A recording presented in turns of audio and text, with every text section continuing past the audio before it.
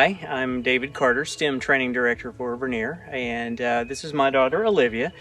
And we were discussing the concept of the urban heat island, and we decided to make some measurements. And what we're going to do is we're going to take a temperature sensor like this. This is the GoDirect temperature sensor, and Olivia's got the LabQuest 3.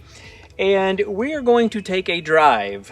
We live on the western side of Nashville, Tennessee, and it's been a sunny day, sunny spring day, and what we're going to do is drive into the city where there are lots of buildings and whatnot, and then come back. If you're not familiar with the concept of the urban heat island, basically it is that, buildings that are made of concrete and steel, and you have all the asphalt. And during the day, when the sun shines on it, it gets really warm and it stores that heat. And as it releases it at night, the air temperature is elevated. And so you end up with an island of warm air. And, the consequences of that is that it's obviously a lot warmer. Buildings in those environments need more air conditioning in the summertime. It can be just downright uncomfortable. So we said, well, okay, let's go for a ride and see if we can record that as we go in and then turn around and come back out to the country outside of town where we live and see if we can actually see that temperature rise as we go. So let's go.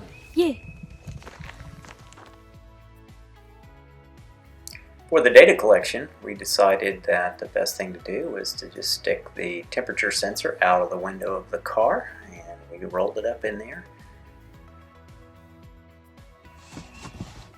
Well, we are in the car getting ready to go, and Olivia has gone ahead and connected the temperature sensor to the LabQuest 3 there, and we were discussing our data collection parameters. How long should we collect? What do you think? Hour, maybe? Well, we've got to go into town, into Nashville and back. I would suggest that we could have it go longer than that. We can always stop. Yeah. So if we take more time, because we might have to stop for ice cream. Or donuts, who knows. We could leave it. Why don't we do 3 hours? So why don't you do that? Why don't you do, and I guess you can hit collect, and away we go.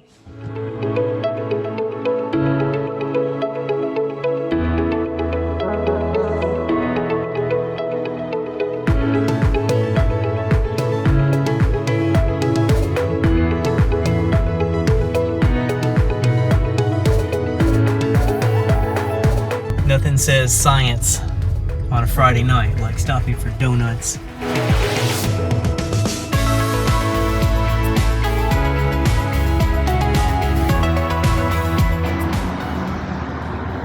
So we found a place to stop in downtown Nashville. It's almost Friday night here, so it's kind of crazy.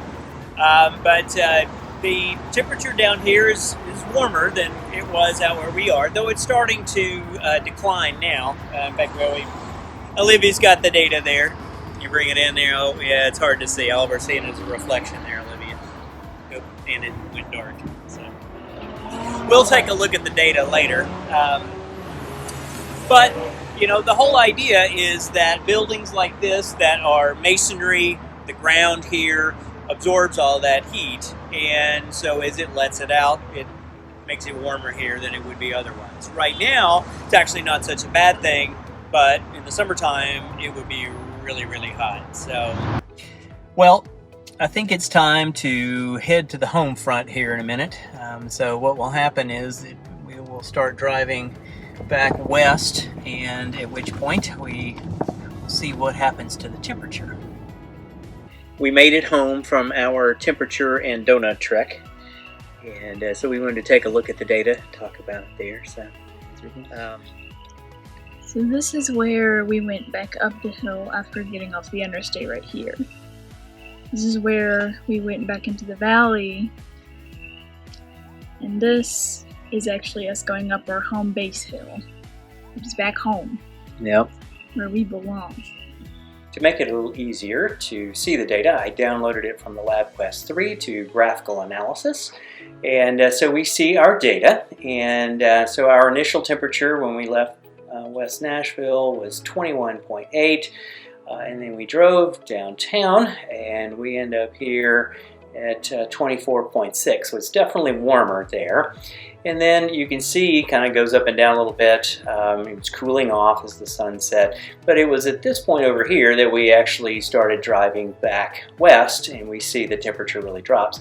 This is where we got off the interstate, and then on the way we had to go down some valleys and then back up a hill, and then it actually maps the topography there. It's kind of interesting.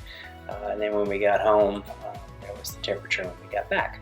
So we can definitely see through that region that there is an elevated temperature in the urban heat island. Well, Olivia and I had a great time tonight. It was kind of an adventure to go downtown. We haven't been downtown in a year, actually. And so we went down there and we saw the urban heat island. We saw donuts. We had a good time doing some science on a Friday night.